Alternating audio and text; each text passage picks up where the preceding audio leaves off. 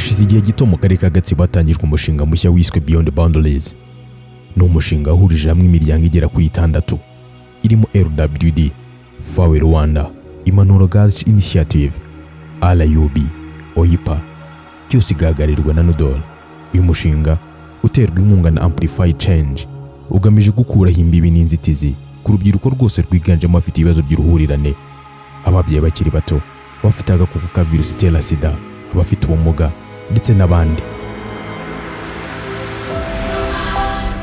Mu bijyanye no kunoza no gutegura neza ishyirwa mu bikorwa ry'uyu mushinga, LWD yatanze amahugurwa kuri ba Masenge, ba marume ku bigo by'amashuri n'abayufu ambassadors. Ni amahugurwa yongereye abo bumenyi yitezweho gutanga umusaruro. Murekatete Germaine ni umwe mu ba Masenge bahuguwe.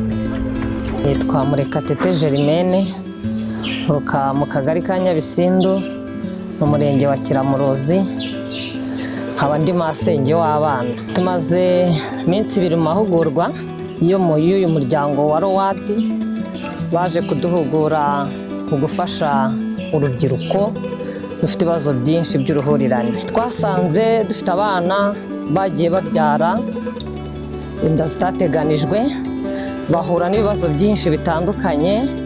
Bamwe bahura no gutakaza kwiga kwabo, ntibakomeza amashuri. Abandi bateshwa agaciro mu miryango yabo. Icyo rero nge nka Masenge nungutse ngiye gukora muri community hariya, ngiye kwegera iriya miryango kuko nafasha amahugurwa.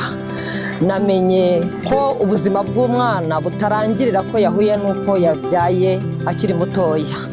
Icyo ngiye gukora, ngiye kwegera umuryango kuko nabihuguriwe, mbaganirize tugire icyo dufasha umwana. Dufite gahunda yo kubashakira ihuriro ry'aho tugiye kujya duhurira, ari ryo twise urubohokero.